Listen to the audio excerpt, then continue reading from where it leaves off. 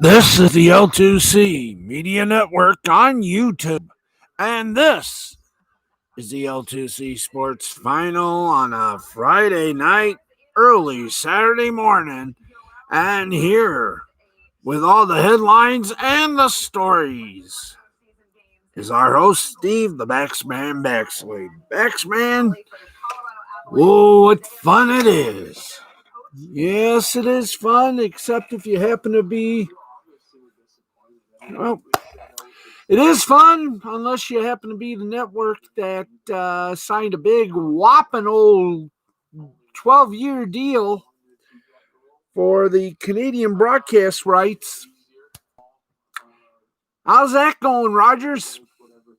Yes, for those that don't know, the Canadian TV rights to the NHL were well, I won't say stolen, but were procured by the folks from Rogers Sports and Media, as they are now called. 12 years for a buttload of money.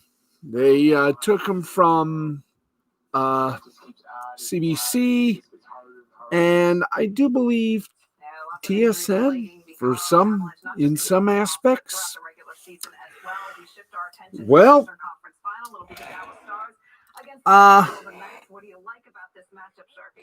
to put it boldly and bluntly, there's only been a Canadian team that I think there were 2 times when you had 5 Canadian teams in that made Rogers feel very happy, and the viewers as well, but that was twice in 5 years. Since then, it is a long drought. And this year, oh boy, oi. That's all I gotta say about it is oi.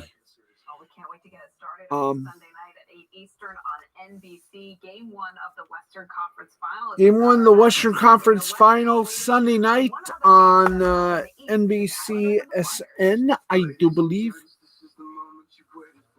But after that, all I'm going to say is one word. If I was Rogers Media folk, I'd be going, not again. And it's been like 5 years. We got 7 years left in the deal. Boy, I'm going to tell you this. I think Rogers is going to be happy when 2020 ends completely. Let's talk about that in a few moments. But here in Michigan, yes, it was week 2 of the 5th quarter on our unofficial station of this very show. Whoops. I forgot. Now I remember. So now everything is good. It's all comfort. It's all good. It's all good. The reason I had to turn it off is simple. I want to avoid copyright strikes on YouTube. So I'm hoping everything is cool and kosher. So after explaining that to the boss of bosses, as I said earlier, it's time to do some sports. Yep, I have to watch out. I got copyright strike.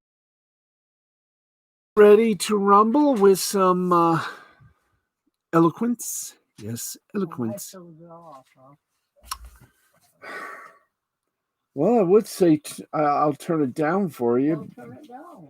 Okay. Boy, another interruption of our live broadcast here. Give me a few moments. I gotta go and turn down the TV so the parental one can see some shows, and I don't have to worry about copyright strikes. Be right back in a moment.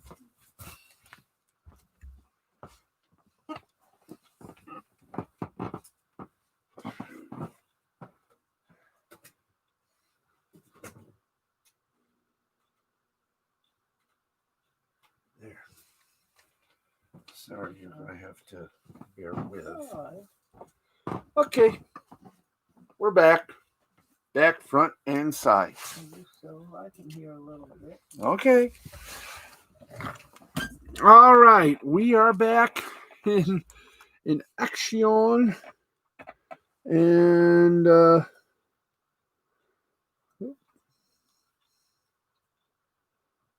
me. Oh, hang on.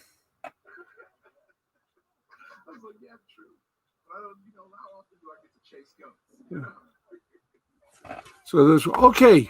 We're here. Good.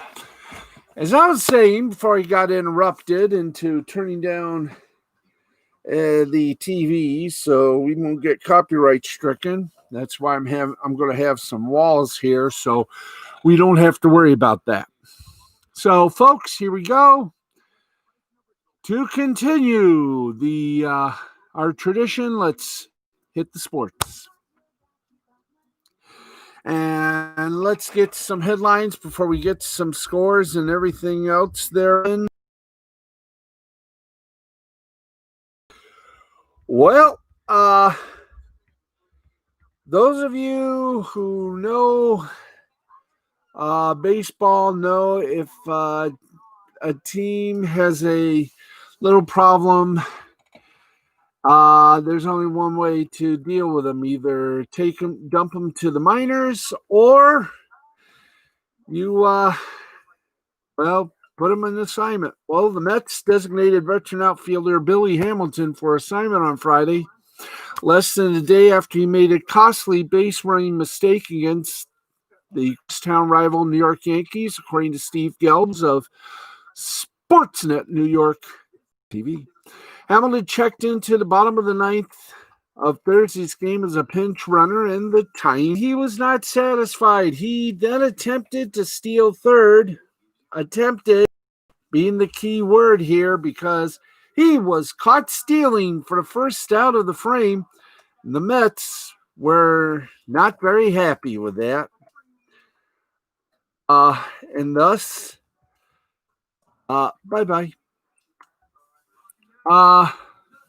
Reporters, you're at second base with nobody out, and you have J.D. Conforto, and this is something you've got to let the guys hit in that situation. It's just not good baseball at that time. The Mets acquired Hamilton from the San Francisco Giants in early August in exchange for pitching prospect Jordan Humphreys. Hamilton appeared in 45, 83, and 45 with 1 hit and 4 runs scored. He went 3 for 4 on stolen base tries and was thrown out on the base paths on another occasion. Humphreys, a right-hander who was designated for assignment prior to the trade, is considered the 26th best prospect in the Giants system by MajorLeagueBaseball.com. He's been limited to 2 regular season innings since he ended to reach the majors in a back-end starter capacity. Now, the Mets went on to win Thursday's game in extra innings. J.D. Davis, who was up when Hamilton was thrown out, hit a game-tying home run. Pete Alonso then led off the bottom of the 10th with a game-winning 2-run homer. Wah! There you go. Yeah, there you go. Let's do that fun, lovable little dooley-wop about one. Okay, speaking of which, let's get some more cutting. In fact, cutting is what the NFL has had to do. And the Dolphins made big trade and a big cut. Dolphins struck a dramatic trade during day 2. The Cardinals in exchange for a second-round pick. A little over 6 to release completing 59 of 109 passes or pass attempts for 567 yards, 1 touchdown, and 5 interceptions. That the UCLA product would develop into a longtime starter. Instead, Rosen spent the year battling with traveled veteran Ryan Fitzpatrick selection in the 2020 NFL Draft on Alabama quarterback Tua Tagovailoa. The situation is all too familiar to Rosen, who was passed over by the Cardinals when they drafted Kyler Murray. 23-year-old Rosen now has the opportunity to land elsewhere. He'll be subject to waivers, but free to choose his next destination if he goes unclaimed. Now, if claimed, the team would be on the hook for his existing contract, which runs through the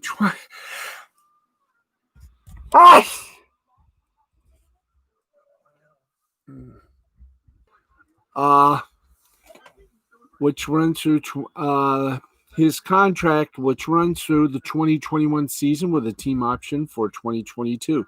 The deal will pay out roughly $3.7 million over the next 2 years of the deal. Now, Tagovailoa and Fitzpatrick are the only 2 quarterbacks remaining on Miami's roster for the AFC's franchise. Coach Brian Flores is aiming to guide the team to a better finish than 5-11 in his second season. Now, the teams are required to get down to the 53-man roster limit by Saturday at 4 p.m. and we'll bring you. So, if you're ready, here we go. And now the Bears, let's keep going. The Bears, well, they have decided on their quarterback. That's right. Mitchell Trubisky. According to Adam Schefter of ESPN, Trubisky has held off Nick Foles, a former Super Bowl MVP who was acquired by the Bears via a trade with the Jacksonville Jags on March 18th. The Lions, the Bears' Week 1 opponent, were 1.5-point favorites for much of the offseason in their Week 1 matchup with Chicago. But over the past week, the line has moved in Detroit's favor, with the Lions now 3-point favorites at William Hill Sportsbook as of Friday night. Now, Trubisky's experience, it was Trubisky, after all, who helped lead Chicago to an NFC North Division title during his second season as a starter. Now, the second overall pick in the 2017 draft, Trubisky had as a 23-18 regular season record as the Bears' starting QB. After winning just 4 starts as a rookie, Trubisky was in passing, touchdown passes, and completion percentage while leading Chicago to the postseason. Trubisky and the Bears took a step back in 2019, however, as Chicago won just over half their games, with Trubisky under a 9-year veteran with 54 career starts under his belt. Foles' history with Nagy, along with several other members of the Bears coaching staff, made him a trendy pick to possibly beat out Trubisky for the job.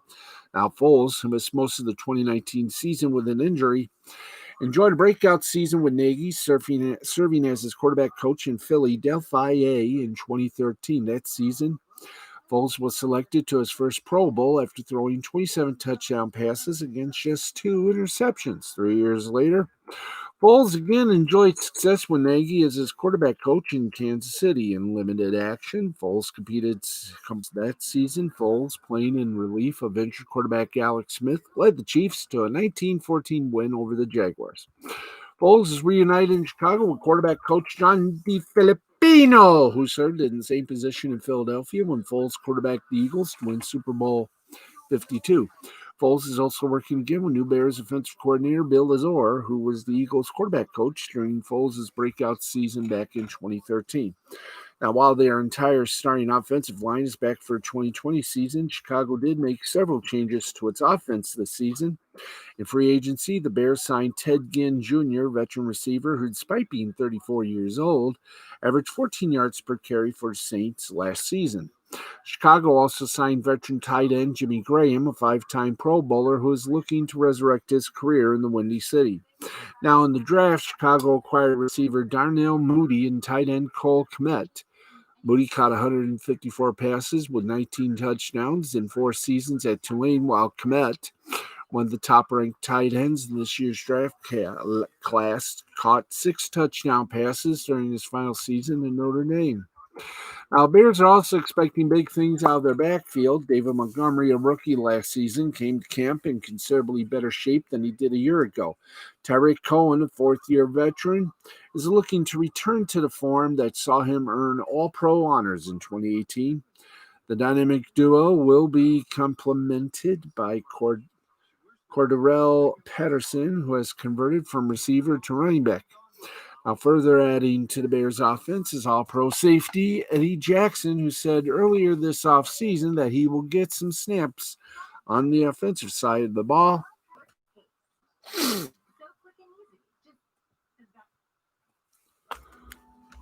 Okay, let's keep going, and we are going to keep going. We're tracking all of the moves, and here's how you can follow them. In a year where nothing about the preseason has been normal, one thing that will always definitely be staying the same, and that's cut day. The NFL's annual roster purge always occurs on the Saturday before the first week of the season.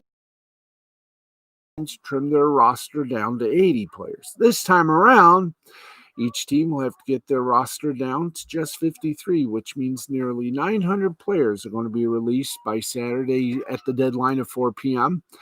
The good news for anyone losing his job is that practice squads are expanding to 16 players this year, which means many as 512 of the guys who lost their job could be scooped up.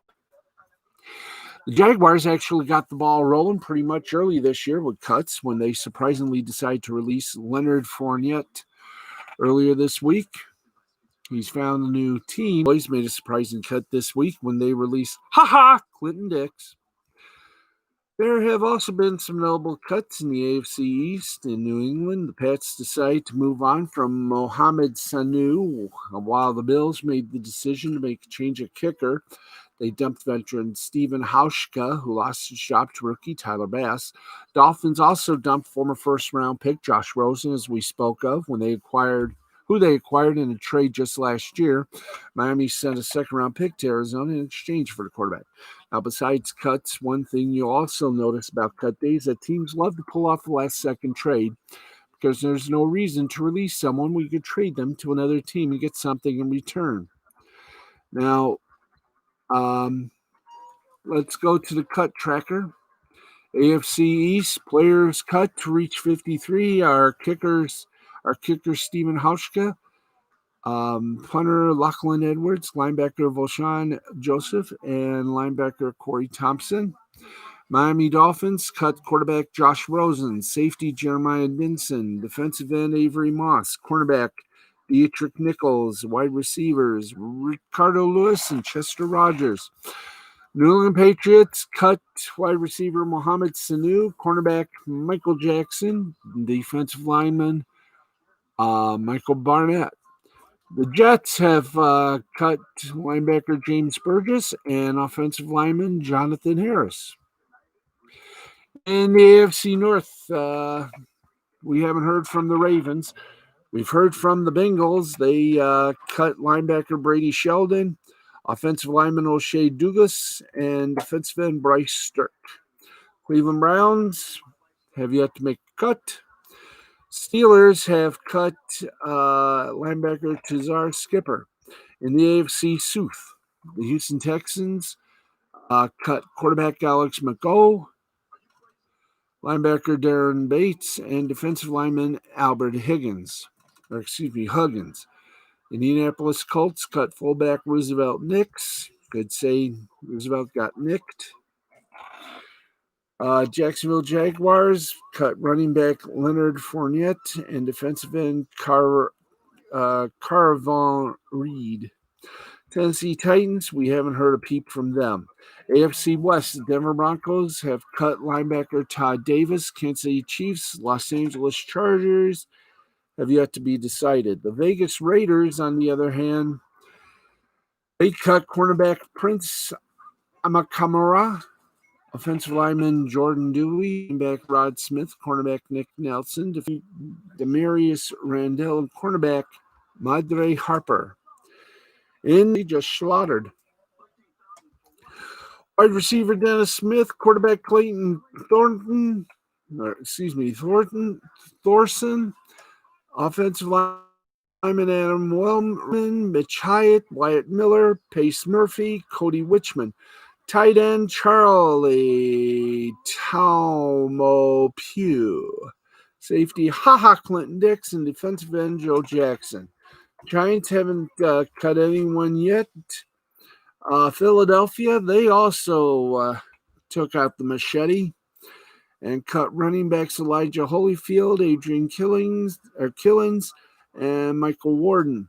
Offensive lineman Julian Good-Jones, Luke Driga. Tight ends Tyrone Swoops and Caleb Wilson. Wide receivers Manisha Bailey, Deontay Burnett, Travis Fulgham, and Marcus Green. Defensive backs Graylin Arnold, Elijah Riley, cornerback Trevor Williams, defensive tackle T.Y. McGill, defensive back Michael Jacquet, and defensive end Matt Leo. In the NFC North, players ever cut, running back Napoleon Maxwell, wide receivers Alex Wesley and Ahmad Wagner, offensive lineman Corey Levin, defensive lineman Lee Autry, and linebacker Keandre Jones. The Detroit Lions cut wide receiver Chris Lacey. Packers have yet to announce any cuts. Vikings cut running back Tony Brooks James. Linebacker Jordan Fier and defensive ends Stacy Key cut quarterback Danny Etling. Tight ends Kari Lee, CJ Rivas, and linebacker Ahmad. Well, they cut some. They cut kicker Matt Gay, wide receivers Brian Mitchell, Josh Pearson, Cyril Grayson, running backs Dare Ogumbole, Raymond Callis, quarterback Reed Sinnott, tight end Tanner Hudson, Cody McElroy, offensive lineman Nick Leverett, offensive lineman Zach Bailey, safety Dakota Dixon, cornerback Herb Miller, and cornerback Herb Miller and Masai Wilson, and defensive lineman Benning Potal. NFC West. This was fun. They cut tight end Ryan Becker, offensive lineman Steven Gonzalez, Sam Jones, Brett Toth, cornerbacks Zane Lewis and Jalen Davis, wide receiver Hakeem Butler, punter Ryan Winslow, and defensive end Adam Schuler. The Rams cut a whole poop load. Ernest Edwards. Kickers Austin McGinnis, Liram Harualu.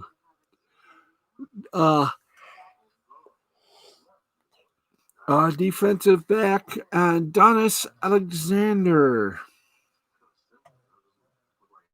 and Jake Gervais, along with Judu Hughes. Dayan Lake, and Tyreek McGee. Let's see. Daniel Betuli, the linebacker. Kendall Britton, tight end. Cole Cabral, the Cable Reef. Okay. James Taylor, or Jamar Taylor in Seattle has yet to cut anyone. And that's it for now. Saturday. All right, let's get to it. First start with Major League Baseball.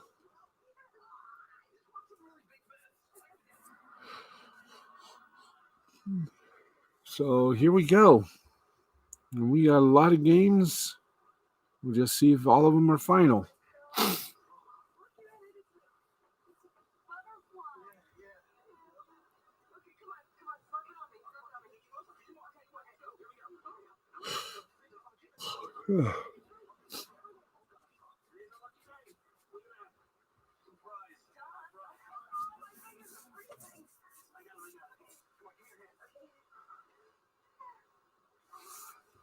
All right, we got final scores just in. Mariners over Rangers 6-3, 6-7-0 for the Mariners, 3-5-1 for Rangers. Kikuchi got the win. He doubled up. He's 2-2. Cody lost for the Rangers. He's 0-1.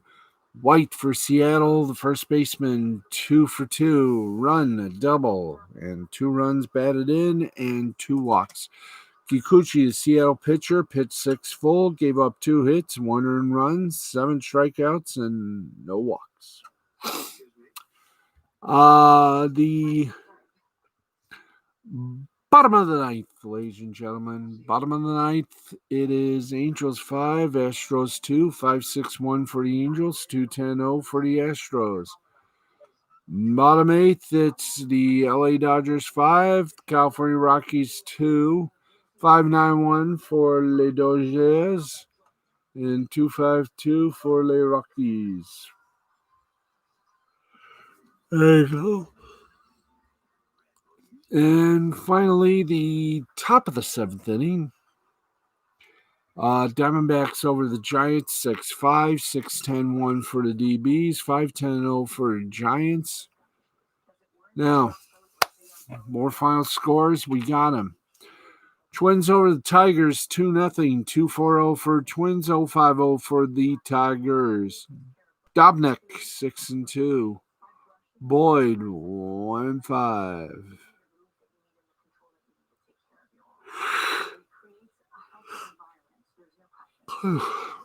All right.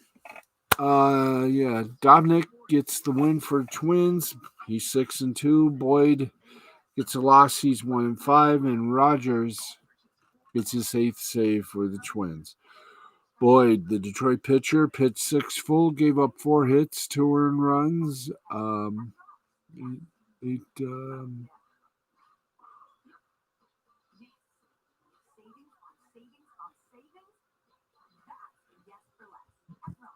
All right.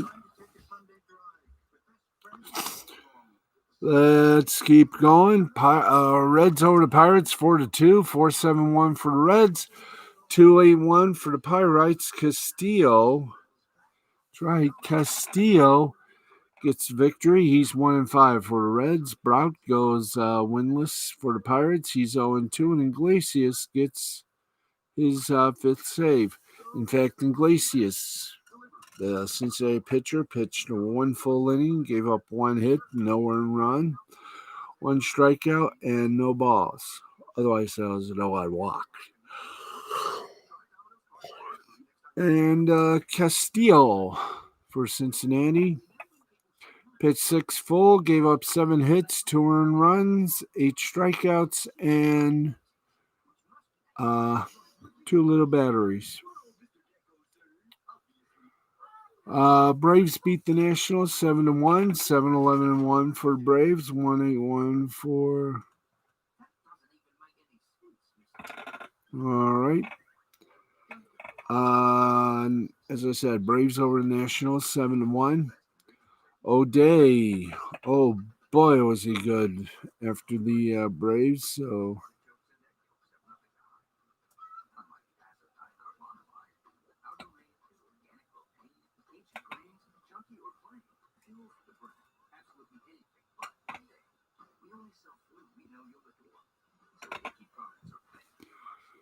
All right. Let's see. O'Day for Atlanta. 1 inning pitched, 1 hit, no earned runs, no strikeouts or walks. Acuna Matata, the center fielder for Atlanta, 2 for 3, 3 runs, 2 homers, 3 RBI, and a walk. Blue Jays over the Red Sox, 8-7, 8-11-0 for the Jays, 7-11-1 for the Sox. Cole gets his 2nd win in a row for the Blue Jays.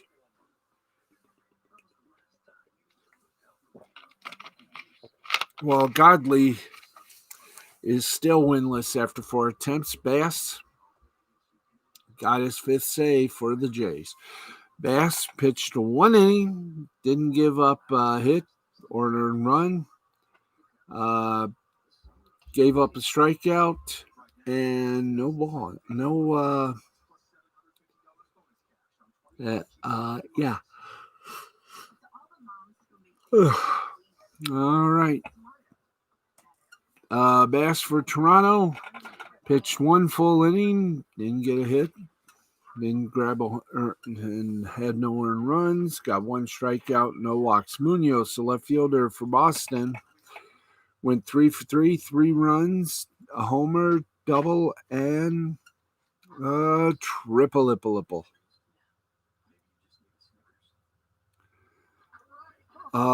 In that,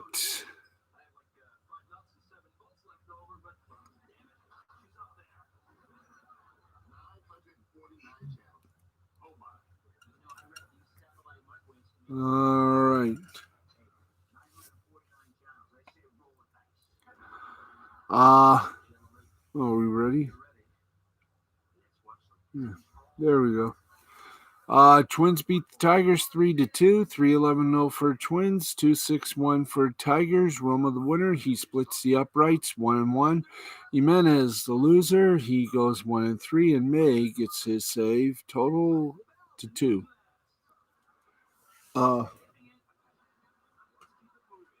Romo for Romo, the Minnesota pitcher, 1 inning, no hit, no earned run, no strikeouts, no walks. May, the Minnesota pitcher, went 1 full inning, didn't give up a hit or an earned run, with 3 strikeouts, no walks. Yankees over the Orioles, 6-5, 6-9-0 for the Yanks, 5-7-1 for the Orioles. Holder gets a hold on and gets his second win in a row. Latkins doubles up and splits them.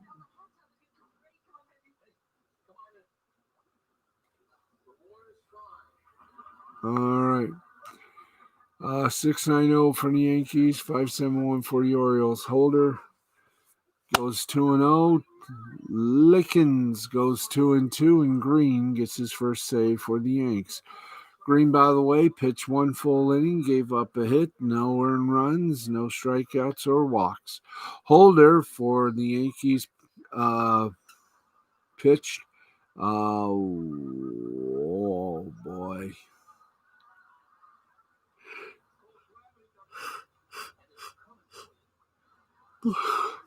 All right. I've already done Green. Here's Holder. 1 inning, no hit, no earned runs, 1 strikeout, 1 walking advertisement.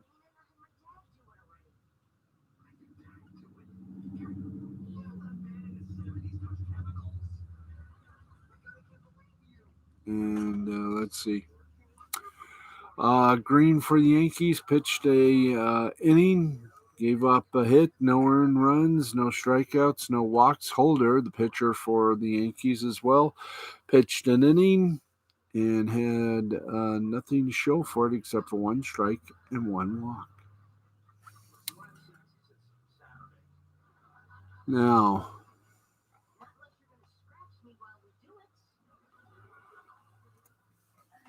Rays beat the Marlins 5-4, 5-6-1 for Rays, 4-8-1 for Marlins. Fleming gets his 3rd win in a row. Lopez goes under again. Let's see.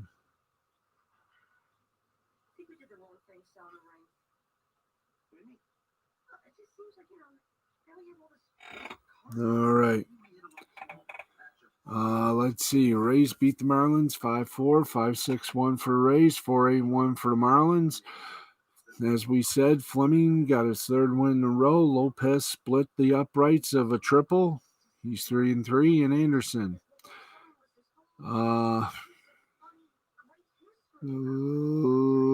Let me see that. All right. Fleming, Fleming 3-0 for the Rays, Lopez 3-3 for the Marlins, and Anderson, his 4th save for the Rays. In fact, players of the game are Fleming for the Tampa Bay Buccaneers, 100 ashes in.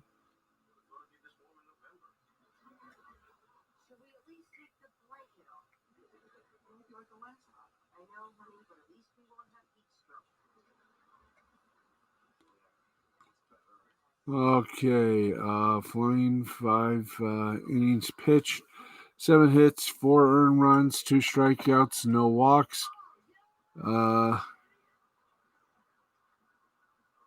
Sutsugo, designated hitter, 2 for 2, 2 runs. Hollywood,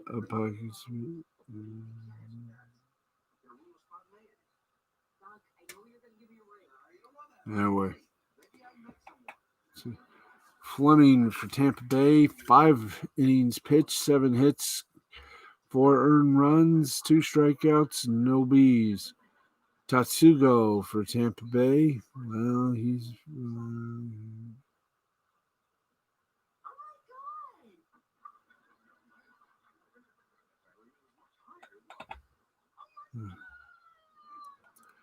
Okay. Wow. Wow, we're really going on. You can hear the happiness. Fleming for Tampa Bay pitched 5 full solid innings, gave up 7 hits, 4 earned runs, got 2 strikeouts, no walks. Tsugo, the DH, went 2 for 2, 2 runs, a homer, an RBI, and 2 walks. We continue, do we not? Yes, we do. Phillies in the second game got rid of the Mets 5-3, 5-7-0 for the Phils, 3-9-1 for the Mets. Arrieta goes 3 for 4 in the win, while Hughes goes 1-2 based on loss, and Workman, who I don't think that there we go.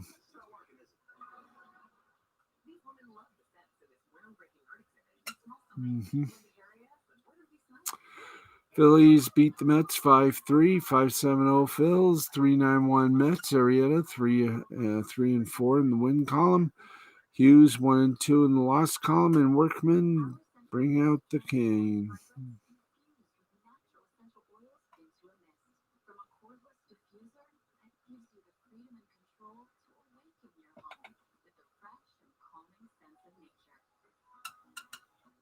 All right.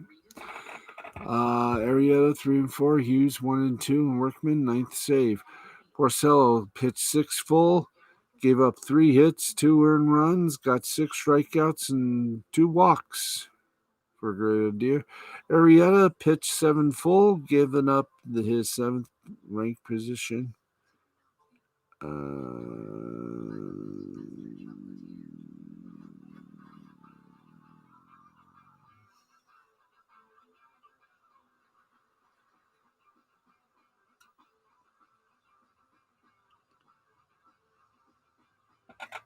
All right. Let's see. Porcello for the Mets, 6 full. Gave up 3 hits, 2 earned runs. Got 6 strikeouts and 2 walks. Arrieta for Philly. 7 innings pitched, 7 hits, 2 earned runs, 7 strikeouts, 1 baseball legacy. Brewers beat the Indians 7-1, 7-12-1 for Brewers.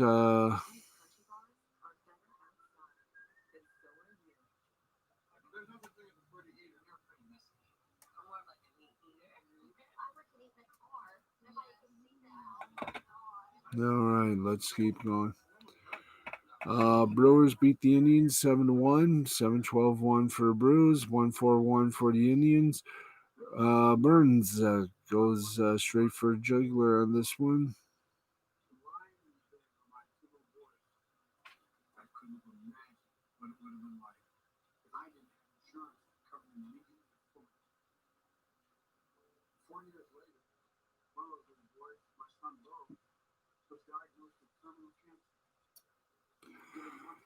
All right.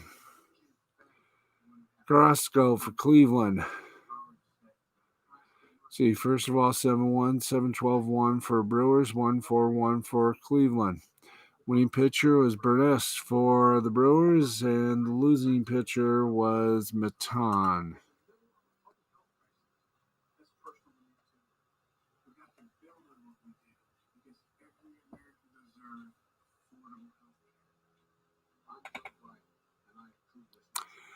Okay, let's see. Washington Nationals defeat the Atlanta Braves by a score of 10-9, 10-10-2 for Nats, 9-8-0 for the Braves.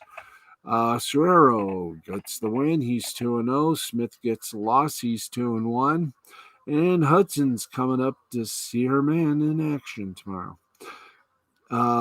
Freeman for Atlanta was first base stunning or what? Yes, he smiled at me. 2 for 3, 2 runs, a homer, 2 single, best Keating, 2. Okay. Freeman, 2 for 3, 2 runs, a home run, a double, a 4 RBI, and a walk.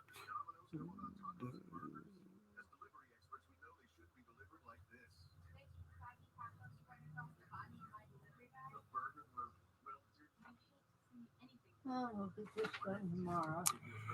Okay, I've already done that. Freeman, first baseman for Atlanta, 2 for 3, 2 runs, a homer, a double, 4 RBIs, and a walk. Serrero for Washington, 1 inning pitched, no hits, no earned runs, no strikeouts or walks.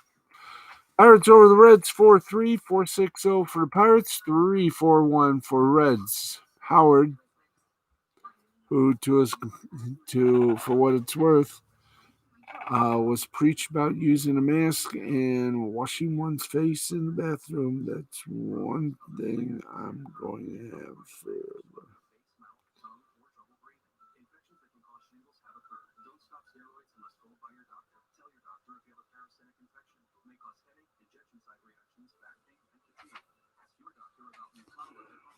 All right, Pirates 4, Reds 3.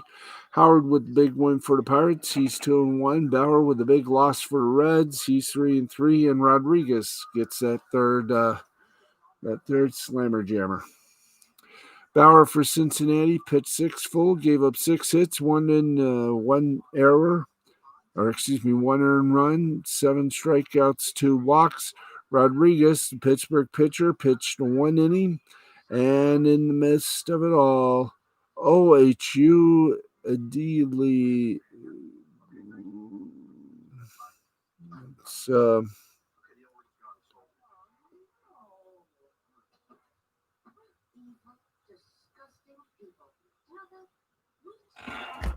right. Let's see. Did we get everyone? Barnes pitched full inning, gave up a hit, no earned runs, got a strikeout, no walks. Taylor for Boston, 1 inning pitched, and nothing but a strikeout. Mondesi, the shortstop for Kansas City. The Royals lost to the White Sox 7-4, 7-14-0 for Chicago, 4-9-2 for the Royals. Hewer was the winner, Stinger the loser, and Cologne got the save. Mondesi for shortstop, 3 out of 4, 2 RBIs. Hauser, the Chicago White Sox battler, 11 innings, no hit, no earned run, little social outing, gave you a little hug, and DB is back in the biz again. Wow. Cubs beat the Cardinals 4-1, 4-9-0 Cubbies, 1-2-1 Cardinals. Darvish gets the win. He's 7-1. Flaherty gets cold feet and takes the loss, and Jeffries gives a fast 5. Darvish for Chicago got 7 innings pitched, 1 hit, 1 earned number.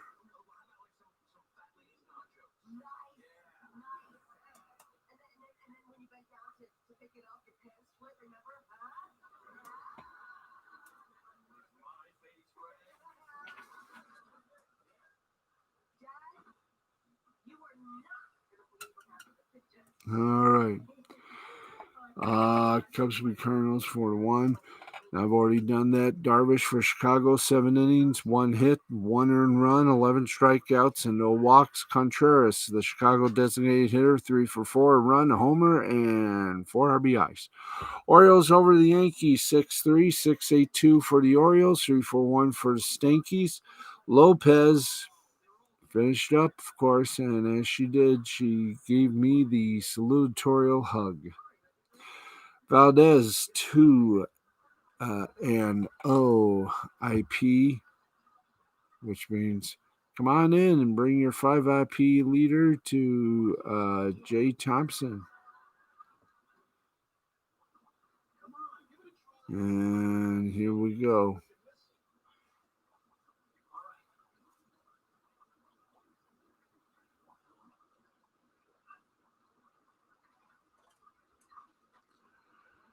Okay, here we go.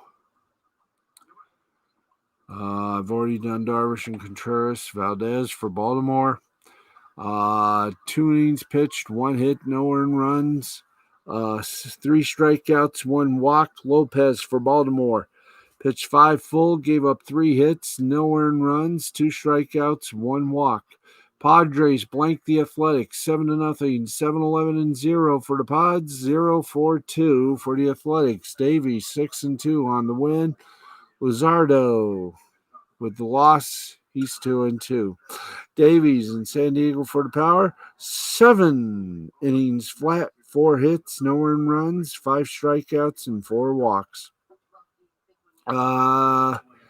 Tatis is 2 for 15, 2 runs, a hit. Double means and beans are there we go. Davies. Oh, we've already done that. 7 innings pitch. 4 hits, no earned runs, 5 strikeouts, 4 walks. 4 walks. Tatis, shortstop for San Diego, 2 for 5, 2 runs, a hit, second base, and 3 ribs.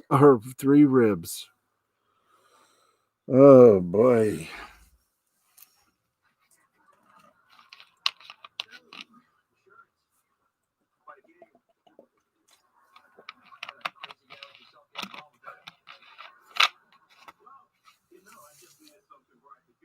And let's get going.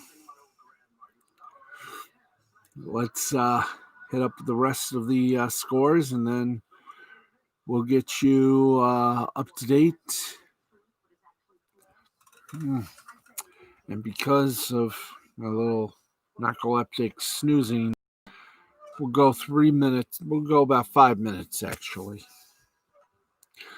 So here we go, Mary Lou.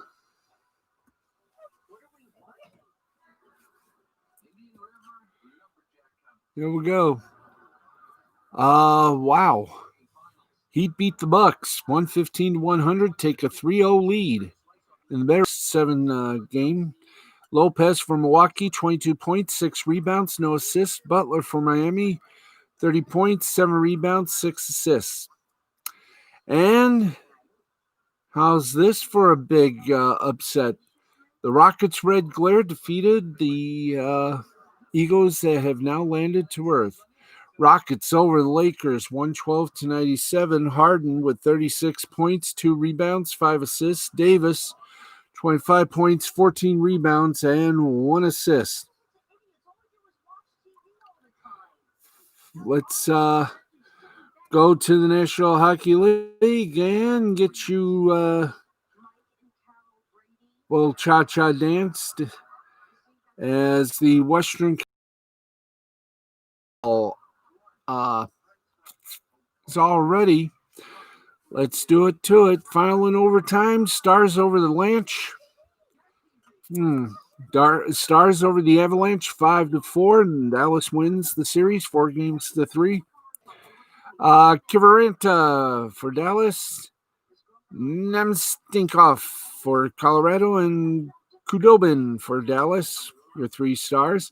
And in a game that was witnessed on NBCSN, the Golden Knights of Vegas just gave the heave-ho to another Canadian team, 3-0. The Knights over the Vancouver Canucks. Vegas wins series 4-3, and that sends the folks at Rogers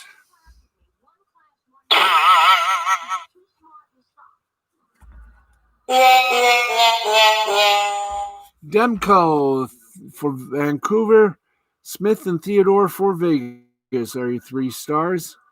Tomorrow, it's Philadelphia and the Islanders to wrap up the Eastern Conference, or to find out who's going against Tampa in the Eastern Conference Finals. Suffice to say, it's going to be one hell of an interesting weekend, or Saturday for that matter, which today is. All right, let's get some more good stuff. In the NFL has reinstated Cowboy defensive end Randy Gregory. Has been conditionally reinstated. Well, let's give it to you straight from the hoop. The wait is officially over. Randy Gregory initially applied for NFL reinstatement back in March, but was forced to wait due to the COVID-19 pandemic that created delays in the processing of his application. That led to frustration and a whole lot more. Gregory recently lashed out at both the NFL and the Players Association over a lack of decision as August came and went. A source told CBS Sports on Thursday the Cowboys believe there would be a verdict issued ahead of Week 1, and that has come to pass. The same source confirmed on Friday that the NFL has conditionally reinstated Gregory for 2020, and he can report to the team facility as early as Monday, September 7th. He'll first submit to an acclimation period, however, given his absence from football in 2019 and in 2020 training camp, per Tom Pelissero of the NFL Network, and won't be allowed to begin practice as Week 7 against that team from Washington. The veteran pass rusher took to Twitter to issue a statement. Quote, "Today's a day of celebration and thanks. I would like to thank Roger Goodell, Todd Jones, Kevin Manara of the NFL, Jerry and Stephen Jones, Jason Cohen, Will McClay, Todd Williams, and Josh Brent, the Cowboys, as well as Dr. Dina Hijazi, D. Maurice Smith, my agent, Peter Schaefer, most importantly, my family for sticking by my side through thick and thin and to helping me get to the positive place I am today." Now, Gregory rejoins the loaded Cowboys defensive front that now boasts not only DeMarcus Lawrence, but also Dontari Poe, Everson Griffin, and Aldon Smith, the latter having been reinstated for play earlier this spring. The 27-year-old played well for the Cowboys in 2018, his longest stretch of availability since joining the team, delivering a career-high 6 sacks, 15 quarterback hits, 2 forced fumbles, and a fumble recovery in 14 games with just a single start. And we welcome him with open arms. Yay. Okay. Let's get you some announcing news, and we're going to go about 10 minutes. 10 extra minutes because of my idiocy of trying not to fall asleep. A lot of sports, a lot of things to do at ESPN. Well, doesn't anymore. After more than 20 years at ESPN, Trey Wingel's time with the 4-letter monolith is done. As reported by New York Post Andrew Marchand, Wingo is being let go with no current on-air role available and his contract set to expire at the end of the year.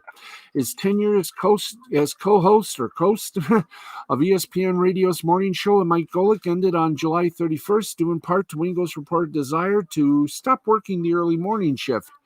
ESPN Radio subsequently overhauled its daily lineup, complete with a new morning show. With that, there was no place left in the network's TV or radio programming for Wingo to land. Letting him go before his contract officially expires appears a bit heartless, but ESPN may have felt that there was no other realistic option.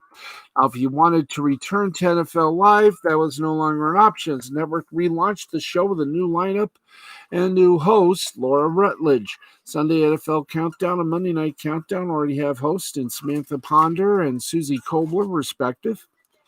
Additionally, leading ESPN's draft coverage was reportedly viewed as an annual 3-day event. The network could find someone else to host and didn't warrant a new contract. Marchand reports that Wingo would like to move to NFL Network, which is certainly understandable with his experience hosting NFL Live and ESPN's coverage of the NFL Draft. As of yet, however, the interest doesn't appear to be mutual, but things could change as negotiations take place and numbers are exchanged. Now, outside of ESPN, it's difficult to see where Wingo could be a fit besides NFL Network.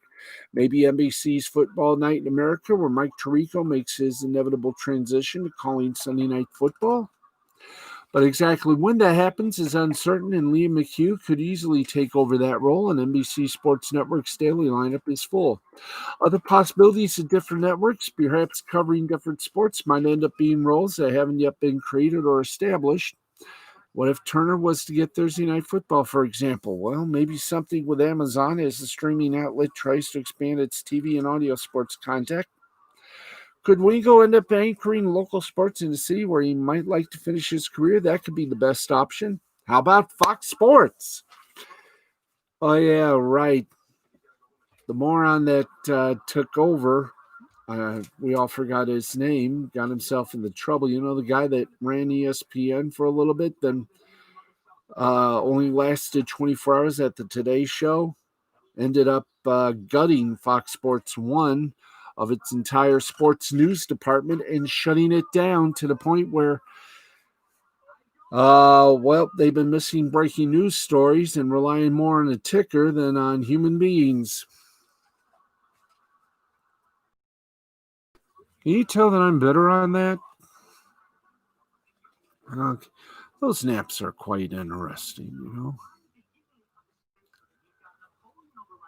All right, and NBC has confirmed that the Collingsworth slide is out, and there are other changes for Sunday Night Football. Get ready, get set.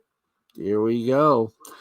With NBC's Sunday Night Football set to return this Thursday night for the 2020 regular season opener, the network offered up some of their planned changes necessary to produce games while adhering to social distancing guidelines. Now, unfortunately, one of the smaller charms of the broadcast will have to go.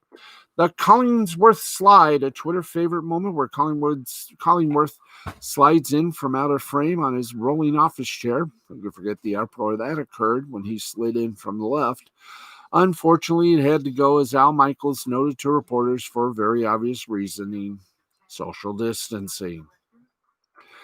Now, they did miss a real opportunity to have Chris try to slide in, only to slam into a plexiglass barrier. At least that door is open for possible return. After all, only to get it back. As far as other changes go, they'll be similar to ones the other networks have had to implement or choose not to. In order to make the best of a bad situation, artificial crowd noise is in, while virtual fans are not. Though as the Chiefs plan on having some fans in attendance for the opener, we may not get a glimpse at that particular function on Thursday night. Michelle Tafoya won't be on the field itself, but she sounds confident that won't make her a sidelined reporter. She confirmed a previous front office sports story that the NFL won't allow sideline reporters or cheerleaders on the field with players and coaches this season due to the coronavirus. Instead, Tafoya will be stationed at a moat near the first round of seats. She'll be so far away from her former perch, she'll use binoculars for the first time. Still, Tafoya is eager to see how that works out. All of that is addition to the news that Mike Tirico will be taking over some weeks from Al Michaels as the first part of a succession plan, which was covered yesterday. In summation, the broadcasts are going to be a lot different, but clearly Sunday Night Football is the latest program to try and make games and events feel as normal as possible. Good luck to us all. And good luck to them. And here we go with more. We are live. I have to remind people of that.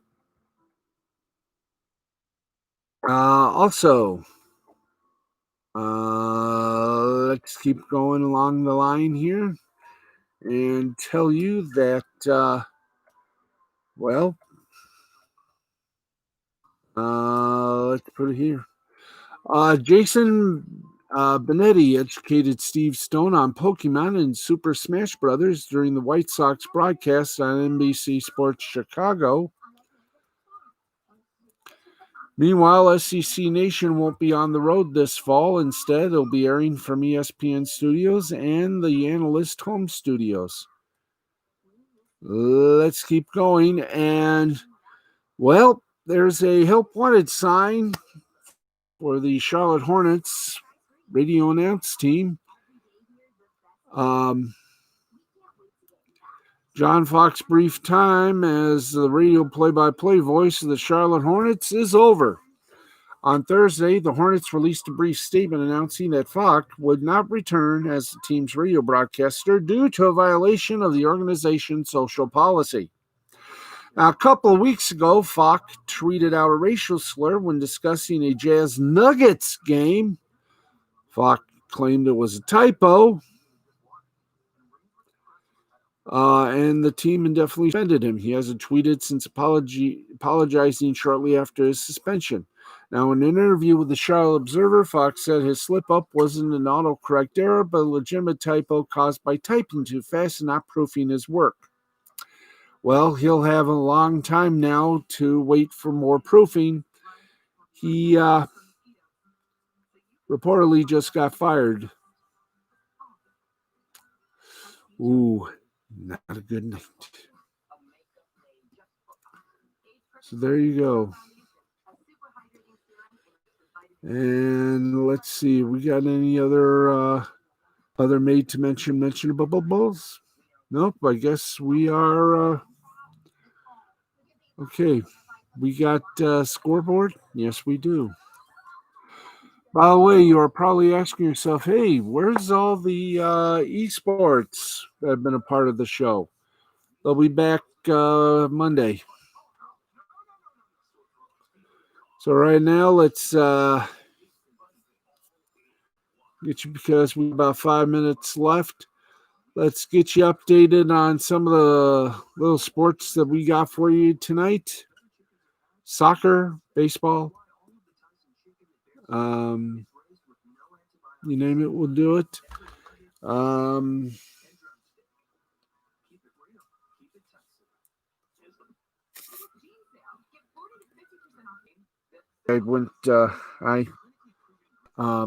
I admit I did, take a little snoozy. I'm still taking medication for this little guy. And some of it does get a person drowsy. Okay, let's do some soccer. The UEFA Nations League A. UEFA Nations League, League A. Italy and Bosnia-Herzegovina tied at 1. Netherlands over Poland, 1-0. In League B, Austria over Norway 2-1. Romania and Northern Ireland tied at 1. Scotland and Israel also tied at 1. Czech Republic over Slovakia 3-1. And in League C, Kazakhstan over Lithuania 2-0. Albania over Belarus 2-0. All right, let's get to some basketball. Japan, the NPB.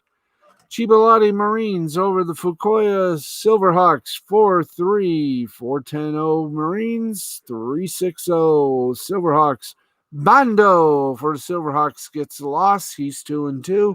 Ishikawa gets the win for the Marines. 6-2 is the win record. 6 wins, 2 losses. Yomiuri Giants over the Hanshin Tigers Hanshin Tigers over the Yomiuri Giants 5-4, 5-10-1 for the Tigers, 4-7-0 for the Giants. Nishi for the Tigers gets the win. He's 5-3. Togo for the Giants gets the loss. He's 7-3. It took extras, but there were no winners. It ended up in a tie. The Hiroshima Carp and the Yokohama Bay Stars ended in a 12-12 tie. Seibu Lions over the Nippon Ham Fighters 6-2. Suguri for the Ham Fighters gets the loss. He's 5-3. Neal gets the victory for the Lions. He's 3-4. Rakuten Golden Eagles over the York Buffaloes 4-3. 4-8-1 for the Eagles. 3-9-1 for Buffaloes. Oyama for the Golden Eagles gets the win. He's 1-0. And Yamakoa for the Buffaloes gets a loss. He's 0-2. Chunichi Dragons over the Yakut Swallows 4-2. 4-10-0 for the Dragons. 2-6-0 for the Swallows. Takanachi for the Swallows gets a loss. He's 2-4. Matayoshi for the Dragons is 1-0. And we have further the amount of games. Yeah, we got South Korea, the Korean baseball organization. KT Wiz Swang over the SK Wyverns 10-2, 10-13-0 for the Swan, 2-5-1 for the Wyvern. Kia Tigers over the Lottie Giants 6-3, 6-8-0 for the Tigers, 3-5-2 for the Giants. Hanwha Eagles over the Kiwoon Heroes 7-1, 7-10-0 Eagles, 1-6-1 Heroes. KT Wiz Swan over the SK Wyverns 7-5, 7-9-0 for the Swan, 5-10-0 for the Wyverns. They went extras. The LG Twins over the NC Dinos 5-5, 5-13-1 for the Twins, 5-13-2 for the Dinos. Lottie Giants over the Kia Tigers 9-7, 9-14-0 Giants, 7-10-0 for the Tigers. That was fun. And the Samsung Lions bit down hard on some Doosan Bears 12-5, 12-16-0 for the Lions, 5-8-1 for the Bears. And folks, I see by the clock on the wall that it is time to bid you one and all good night, except to say this. My Facebook friends, and hello to my Instagram friends. Wish we had time to do it all, but unfortunately, our time is limited. So we got an hour and 10 minutes, now an hour and 11 minutes. That's all we got time for, folks. We will talk to you tomorrow. Got plenty of action for you then. We got Game 7 of the Flyers and Islanders tomorrow night, right after the Kentucky Derby. And, of course, don't forget the NBA playoffs continue as well, plus regular season baseball. And we take a look at what could possibly be very fun next week when football season begins on Thursday. And I can't wait to introduce you to the newest member of the prediction team. That's right, a new member. It's going to be very interesting to see how our new member does against my mom and myself.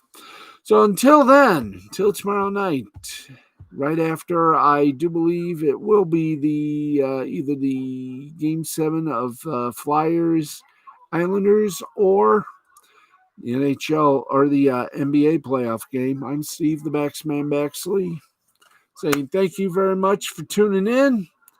This has been a presentation of Mystifying Creativity Productions. Next time, I'll take some notos. Until we meet again, thanks for watching. Good night, America, wherever and whomever you is.